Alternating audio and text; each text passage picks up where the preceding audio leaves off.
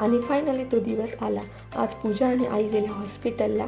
त्यानंतर घरी मला कसली झोप येते म्हणून मी फ्रेश झाली आणि लगेच सर्व कामं आवरायला घेतली।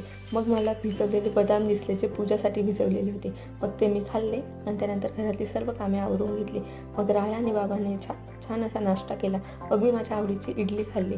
त्यानंतर खुश खबर कळाली म्हणून मी आणि राया लगेचच निघालो बेबीला भेटायला। आम्ही सर्वजण खूप एक्सायटेड होतो बेबीला भेटण्यासाठी। मग फायनली डॉक्टरांनी बेबीला बाहेर आणलं। त्यानंतर सर्वात पहिले दाजीने तिला हातात घेतलं। मुलगी झाली हा आनंद बापासाठी काही वेगळाच असतो। आणि त्यानंतर त्यांनी बेबीचे आशीर्वाद घेतले आणि सगळे खूप आनंदी होते। त्यानंतर मग काय मावशीनेही फायनली बेबीला हातात घेतलं। त्यानंतर दोघी आजींनी देखील बेबीला हातात घेऊन त्यांची हौस पूर्ण केली।